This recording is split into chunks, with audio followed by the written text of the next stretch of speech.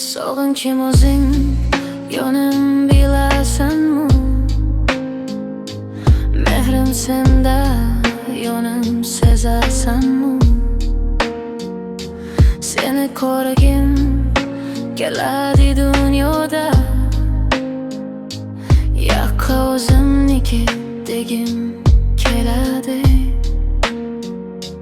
4 qadam qoladi yetishga senga,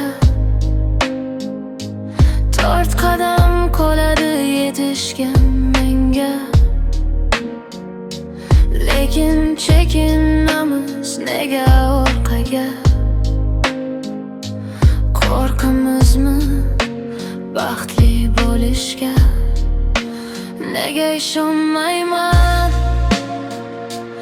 o'zimga? Nega ishonmaysan o'zingga? Axir balki bu taqdir balki bu axir ko'z yoshlarim to'madi tim qalbim eziladi.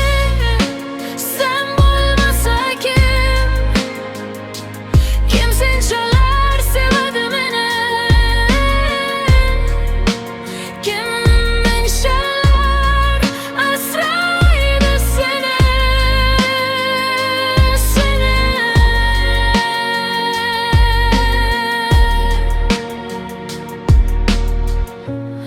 Unutishga intildim seni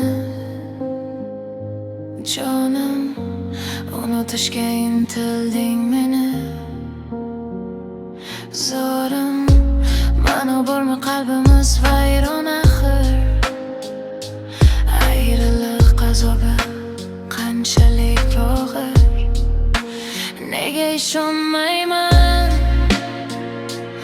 o'zimga? Nega ishonmaysan o'zingga? Axir balki bu taqdir balki bu axir ko'z yoshlari